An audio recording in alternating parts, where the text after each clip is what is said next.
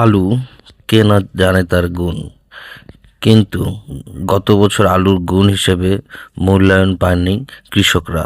গত বছরে আবহাওয়া ও বাজার দর কম হওয়ায় আলুতে অনেক লোকসান শুনতে হয়েছে, দেখতে হয়েছে। এবছরও বেড়েছে বীজ ও কীটনাশকেরও দাম। সব মিলে প্রতি বিঘা জমিতে প্রায় 30,000 টাকা ব্যয় করতে হচ্ছে। বর্তমান বাজার অনুযায়ী আলু উৎপাদনে কৃষকের ক্ষতি হচ্ছে প্রায় 7 থেকে 8 টাকা। এবছর এখনও আবহাওয়া অনুকূলে আছে, এবারে আলু ফলনে তবে ঠিক দাম থাকলে লাভবান হওয়া যাবে।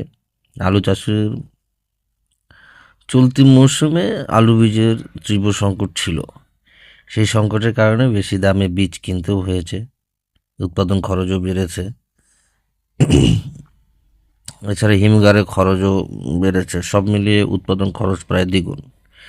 আলুর দাম 60% পর্যন্ত কমে গেছে। অনেক চাষি কপালে চিন্তার ভাঁজ। কিন্তু এবার আলুর ফলন দেখে মনে হচ্ছে যে লাভবান হওয়া সম্ভব রয়েছে, কিন্তু আলু ফলনটা খুব একটা বেশিও নয়।